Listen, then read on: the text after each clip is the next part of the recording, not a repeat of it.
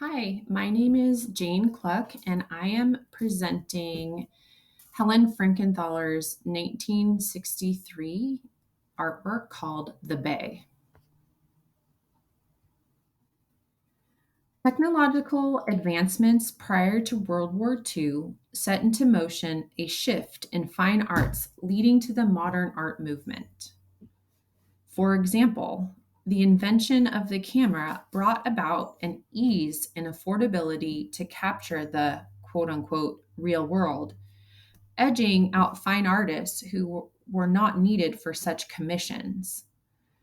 This shift allowed artists more freedom in subject matter and expression, which led to the modernism that evolved into abstraction and abstract expressionism. The abstract expressionist movement took hold in America in the wake of the destruction of World War II. With the assistance and dominance of American troops, World War II came to an end and moved the United States to the forefront of world leaders. This coincided with the abstract expressionist movement, whose artists were called the New York School. The rise of the New York School reflects the broader cultural context in the mid 20th century, especially the shift away from Europe as the center of intellectual and artistic innovation in the West. A prominent abstract expressionist of this time was Helen Frankenthaler, who created large scale soak stain paintings that gave rise to the color field movement. And here is Frankenthaler pictured in front of one of her large scale images. And you can see all the color on the canvas behind her. It is through Frankenthaler's work in the color field movement, also known as post painterly abstraction, that she argued art must not be illusionary by trying to represent the quote unquote real world. Instead, color must be the subject of art because color is the most basic way to experience emotional clarity. Helen Frankenthaler's role in the abstract expressionist movement was largely influenced by other prominent artists from the New York School, most notably Jackson Pollock. Pollock's action painting technique of flinging paint onto a canvas on the floor reveals the artist's energy and motion. The gestural painting of Pollock is guided by his belief in the psychological collective unconscious made popular by psychiatrist Carl Jung. For Pollock, his paintings were introspective and an anguished and joyful representation of the world as sensed and felt, rather than the world reported by our eyes. It is Pollock's technique of interacting with a canvas laid on the floor by pouring paint, rather than his sentiment about deep contemplation, that influenced Frankenthaler. In fact, Frankenthaler adopted his floor technique in the late 1940s. As you can see her pictured here in her studio with her canvases laid on the ground. Another important influence on Frankenthaler's work was American art critic and friend Clement Greenberg. Greenberg was a strong proponent of abstract expressionism and helped promote the movement through his texts and lectures. He argued that abstract expressionism was no different from traditional art modes and movements of the past because it represented the cultural, social, and political circumstances of the time. In this case, the impact of the Second World War demanded a shift in art that was more consciously relevant, and for Greenberg, that was abstraction. In his 1960 lecture called Modernist Painting, Greenberg asserts that, quote, realistic, naturalistic art had disassembled the medium, using art to conceal art, whereas modernism used art to call attention to art, unquote. He went on to state that, quote, representation or illusion does not attain the uniqueness of pictorial art. What does do so is the associations of things represented, end quote. Greenberg believed artists should focus on the properties of art and not try to create a literal interpretation of nature. Like Pollock, Clement Greenberg had a profound effect on Frankenthaler, who adopted his ideology in her artwork.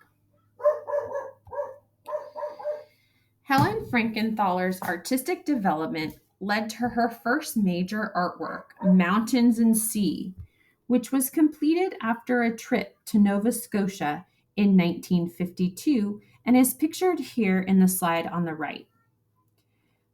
This work embodies what became Frankenthaler's artistic philosophy in the genre of color field painting. Here, brushstrokes and paint texture were eliminated as she pioneered her infamous soak stain technique, which included spreading liquid colors across the canvas, creating fluid, organic shapes, and allowing the wash to penetrate the raw canvas. Of her staining method, Frankenthaler stated that the paint, quote, cried out to be soaked, not resting on top of the canvas, end quote. The wash of colors is laid in thin swaths, focusing on the flatness of the painting and the expressive role color plays in artwork. In this way, color-filled artists, like other artists of the abstract expressionist movement, create art that is about process and material, not a literal representation. An example of Frankenthaler's mature work as a color field artist is her 1963 work titled The Bay, pictured here on the right. Here, Frankenthaler poured diluted acrylic paint onto the canvas, giving movement to sweeping areas of color that soak the canvas. The thinned pigment would get absorbed into the fabric of the canvas as she coaxed the fluid into organic shapes. Frankenthaler would control the liquid by lifting and tilting the canvas using gravity. However, liquid paint could only be controlled to a point. Another important aspect of Frankenthaler's work was the unpredictability of the forces of nature.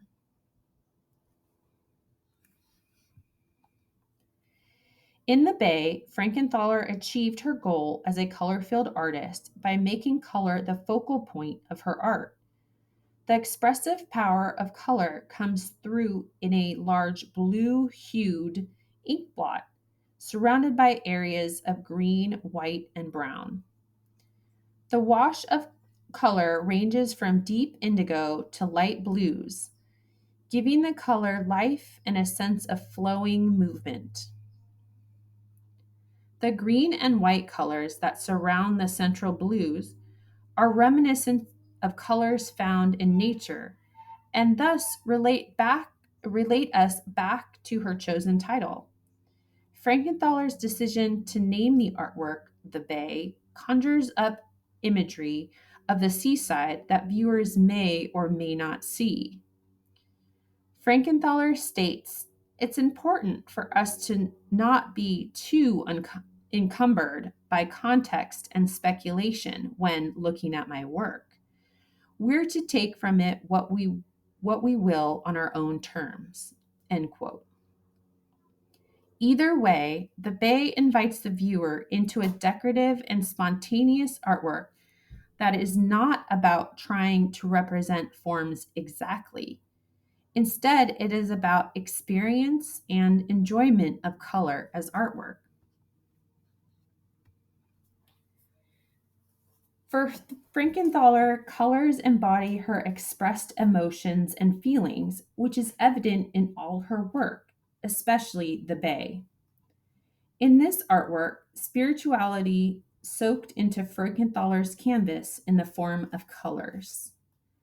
The deep blues and indigos on the canvas express a deeper meaning, such as feelings and of an expansive body of water that is cold and lonely.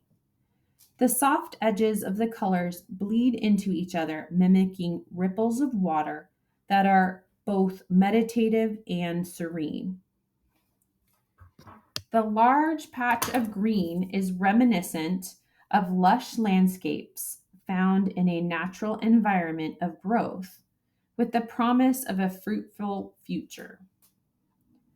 Furthermore, author and art historian Alexander Nemerov believes Frankenthaler's work marries sensation and feeling. In his recent book on Frankenthaler titled Fierce Poise, Helen Frankenthaler and the 1950s New York, he states, quote, although her moods range from exultant to deeply sad, she trusted the power of paint poured and stained into canvas to create indelible impressions that, in each case, asserted the validity of existence, her own, but more important, ours, end quote.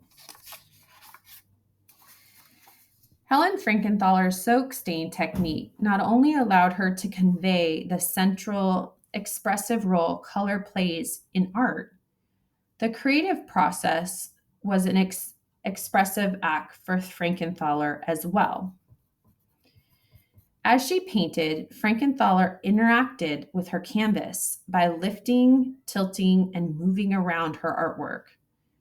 Frankenthaler claimed that, quote, by painting with movement, she could feel the art flowing through her arms and spilling onto the canvas, end quote.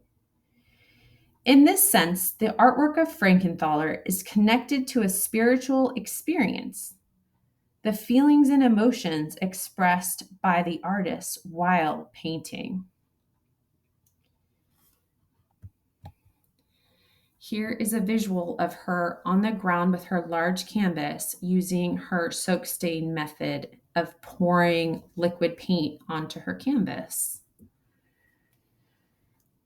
Helen Frankenthaler was a leading artist in the American abstract expressionist movement, focusing on color field painting. Her artwork, The Bay, exemplifies the important role color has in art. For Frankenthaler, color must be the main subject of artwork, not illusionistic representations of this world. In this way, color is the simplest and purest way to experience clarity of emotion and spirituality.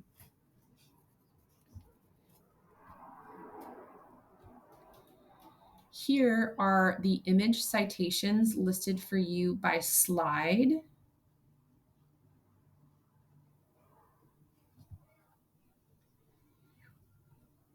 And here is the bibliography, all of the sources that I used in my research, which will show up as footnotes, etc., in the research paper. Thank you, and I hope you enjoyed my presentation.